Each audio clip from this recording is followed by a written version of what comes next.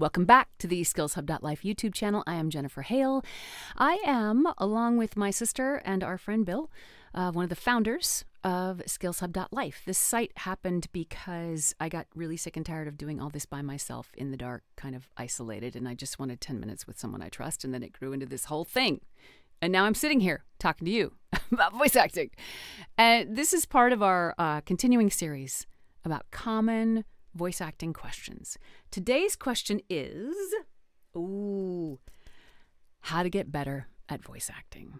Oh, I'm so glad you asked. Okay, this is my opinion. Now keep in mind, this is my opinion. I mean, we have right now somewhere just under 90 coaches on SkillsHub, so you're going to get lots of opinions from different people. Today I'll give you mine.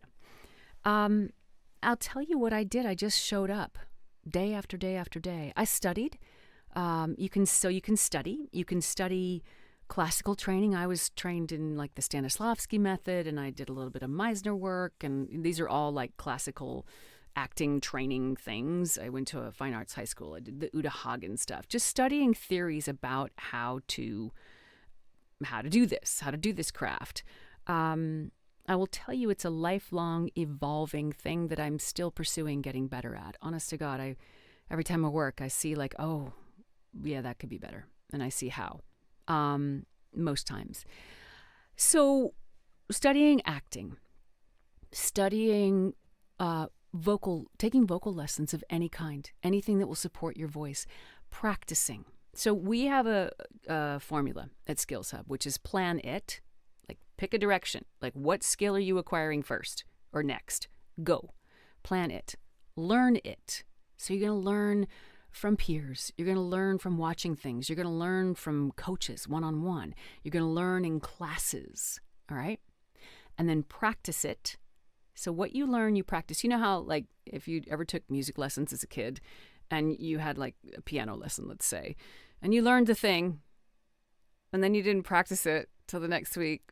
When you were back with the teacher again, you're like, oh, yeah, I learned it, kind of. Yeah. Same thing here. The difference between when you practice and when you don't is everything. It's everything. You're not going to become a voice actor because you took a class. You're going to become a voice actor because you showed up and you did the work in between. So plan it, learn it, practice it, and then check it. Check it, because even when we learn from really good people in really good situations, we might not actually understand. And a rocket ship that is just a little bit off course is going somewhere else. It might be a fun place, but it might not be where you wanted to go. So check it. You can check it through private coaching. You can check it through peer-to-peer conversations. You can check it through classes and things like that. Like, did I get this right? That this is how you do this? And someone will say, yeah. Or they'll say, ooh, no, that's actually not how you do it. And then you know. And then you're not doubling down on the wrong knowledge over and over again. So you want to, take a risk and do some practice on your own, and then just double check, make sure you're going the right way. So plan it, learn it, practice it, and check it. That formula right there, along with consistency and commitment to yourself and your dreams. Now, realistic commitment. I am not one of those people who's like, you got to show up every day and work till you bleed. That's ridiculous in my estimation. That does not sound like a fun life. But you do need to show up, and you need to show up consistently. And if you have a big life, say you've got kids, or you're caring for elderly parents, or you've got, you're running an animal sanctuary, whatever it is, or you're working 3 jobs, to expect yourself to practice for 30 minutes a day is way too much pressure, in my opinion. To show up 3 times a week for 15 minutes, or 4 times a week for 20 minutes, only you know what's realistic for you. And the funny thing is, when you start in those small bites like that, you will often find you'll get in that practice space and you won't really be ready to leave yet when the time is up. Sometimes you'll be like, is it over yet? But sometimes you're thinking, you know what, I'm going to stay a little longer.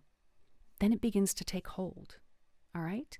So consistency over time within the right framework is how you get better. Another piece I'm going to offer you is to observe human behavior.